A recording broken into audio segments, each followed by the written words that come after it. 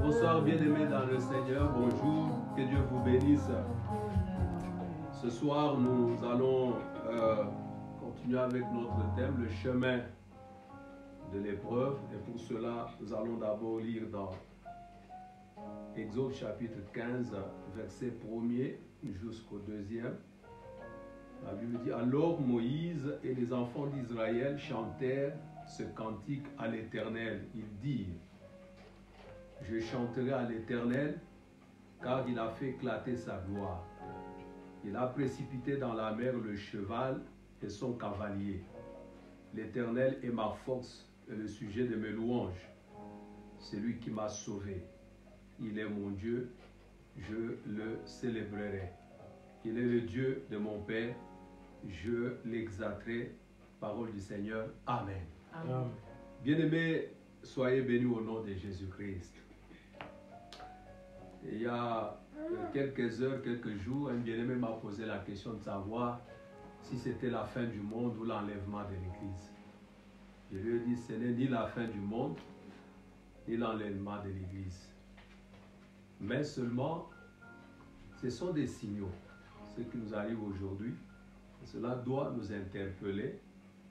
La Bible dit dans Matthieu chapitre 24, verset 33, que lorsque vous verrez de telles choses, c'est que le Seigneur est proche.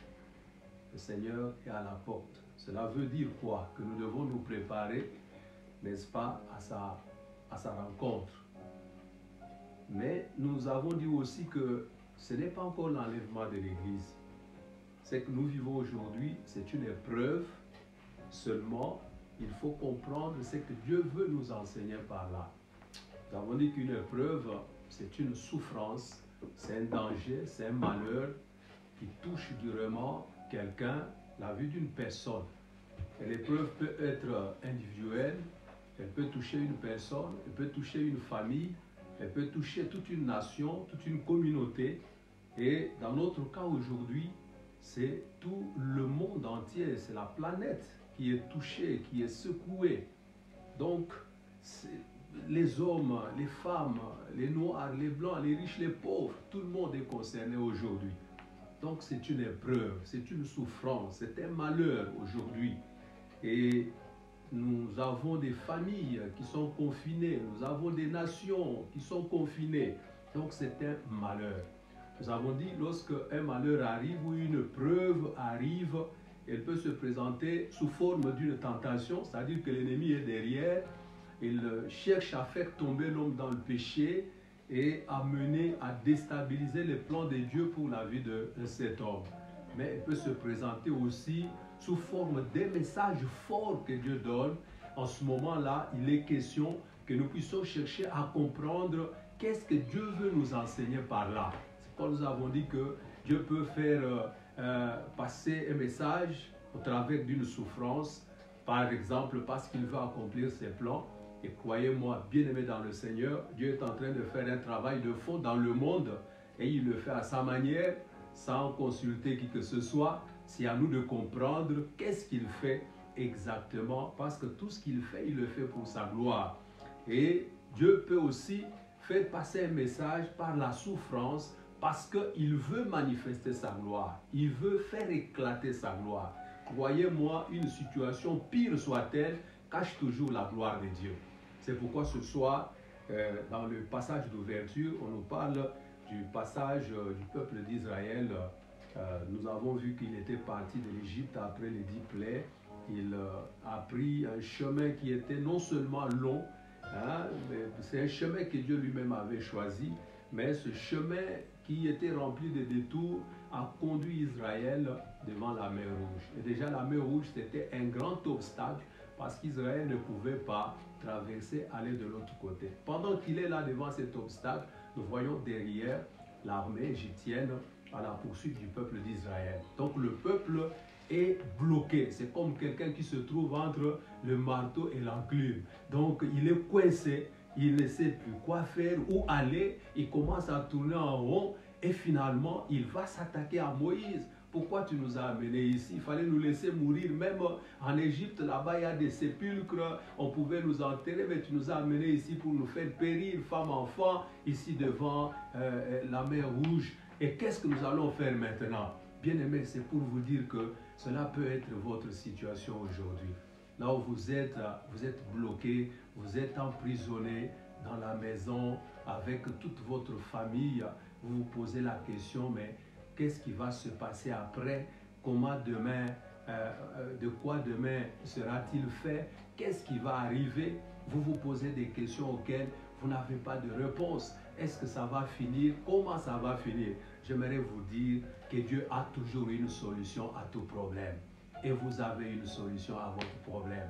Parce que la Bible dit, Dieu ne permettra jamais une épreuve qui puisse aller au-delà de notre foi. Cela veut dire quoi? Cela veut dire que nous pouvons supporter ce qui arrive maintenant. Mais non seulement cela, il dit pendant que nous sommes dans cette épreuve-là, lui, il prépare une issue pour nous en sortir. C'est-à-dire, il prépare un chemin.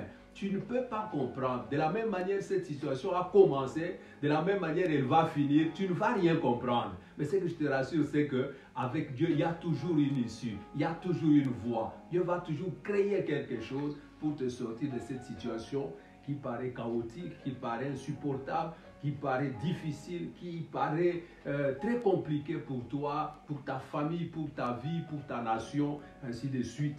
Alors voilà pourquoi Dieu a dit à Moïse, frappe les eaux, demande au peuple de Dieu de marcher. Et Moïse a dit au peuple, ces Égyptiens que vous voyez, vous ne les verrez plus jamais.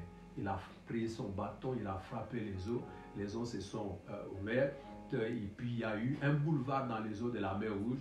Israël a traversé. Bien aimé, c'était compliqué, c'était un grand miracle. Et Israël est allé de l'autre côté de la mer Rouge. Arrivé là-bas, comme ils étaient toujours poursuivis par les Égyptiens, la Bible dit que Dieu dit à Moïse, maintenant il faut que tu étendes encore ta main sur les eaux, que les eaux reprennent leur impétuosité, que les eaux reprennent leur forme et l'armée égyptienne serait engloutie. Et c'est ce qui s'est passé. Lorsque Israël a vu ça, c'est-à-dire bien aimé dans le Seigneur, ils ont vu comment les Égyptiens sont morts. L'armée égyptienne a été engloutie dans les eaux de la mer Rouge. Sans exhortation de la part de Moïse, Israël a commencé à chanter les cantiques de louange. Myriam a entonné les cantiques. C'est là où nous avons lu Moïse et les enfants d'Israël chantèrent ce cantique à l'Éternel. Ils dirent, je chanterai à l'Éternel car il a fait éclater sa gloire.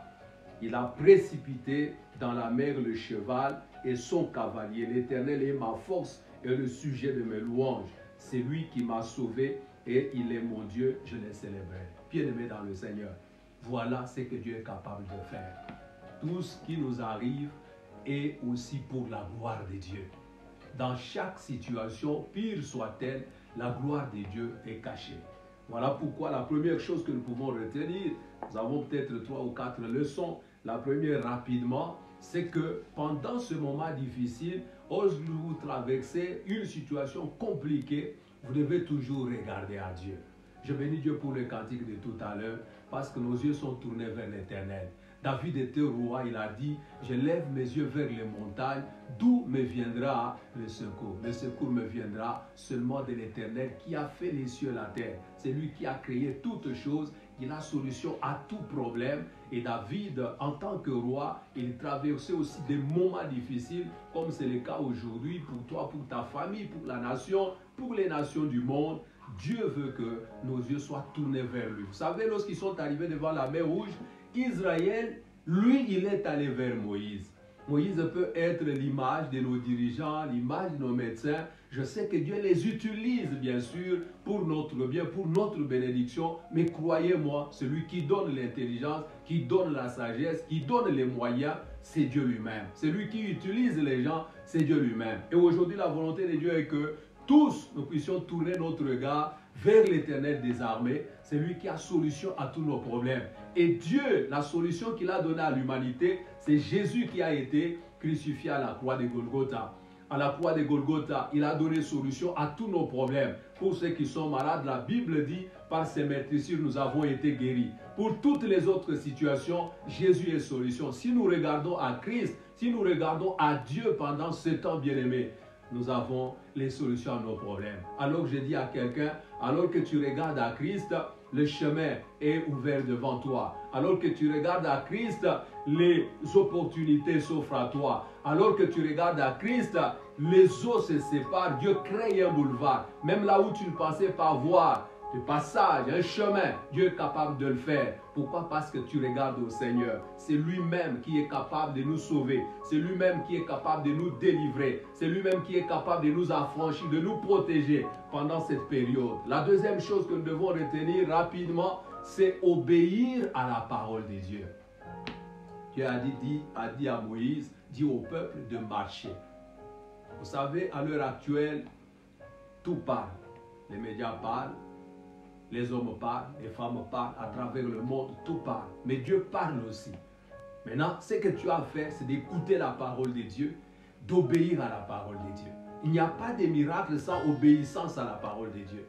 Voilà pourquoi, bien-aimés dans le Seigneur, nous devons regarder à la parole. Tout ce que les hommes de Dieu nous disent pendant cette période très difficile, nous devons obéir à cela. Nous devons respecter la parole de Dieu. Nous devons obéir à la parole. Tu es dans ta maison, lis la parole, écoute la parole, mets la parole de Dieu en pratique. Toute la parole que tu as toujours reçue, bien-aimé, tu peux la mettre en pratique. Mais aussi, pendant cette période, tu peux recevoir un logos rhéma, une parole particulière pour ta vie, pour ta famille, une parole révélée par Dieu par rapport à la situation. Et la troisième chose rapidement pour terminer, c'est que, bien-aimé, ta situation est pour la gloire de Dieu.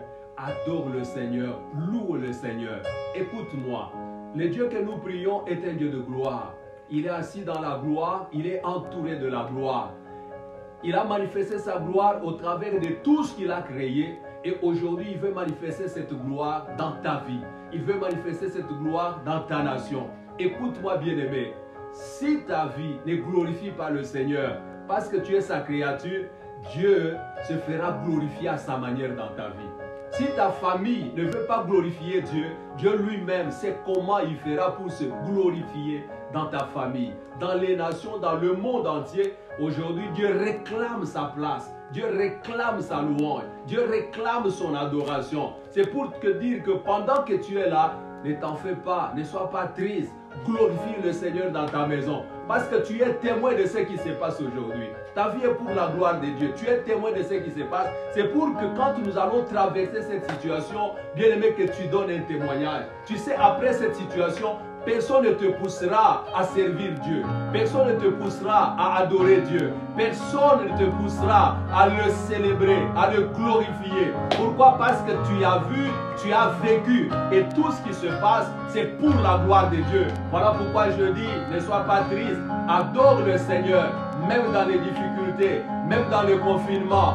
Loue le Seigneur. Chante les cantiques de louange. Chante les cantiques d'adoration. Dis Seigneur, tout est pour ta gloire. Tout ce que nous vivons, c'est pour sa gloire. La Bible dit, toutes choses concourent au bien de ceux qui aiment Dieu. On nous demande le confinement, gloire soit rendue à Dieu. Nous pouvons ne pas manger, gloire soit rendue à Dieu. Mais nous savons qu'après la pluie, vient toujours le beau temps. Tout ce qui nous arrive, c'est pour la gloire de Dieu. C'est pourquoi adore le Seigneur dans ta maison. glorifiez le Seigneur. Meshach et Abednego, en prison, ils ont loué l'Éternel.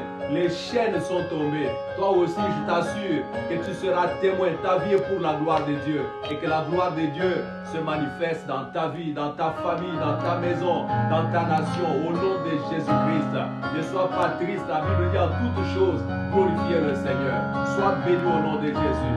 Tout ce qui arrive est pour la gloire de Dieu. La gloire de Dieu dans ta vie, dans ta famille, dans ta maison, dans ta nation. Au nom de Jésus. Amen. Merci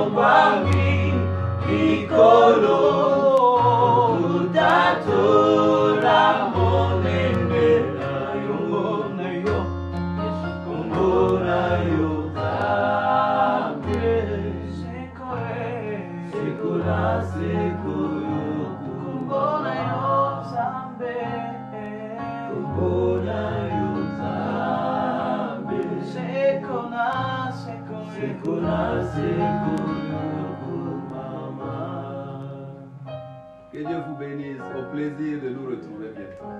Amen.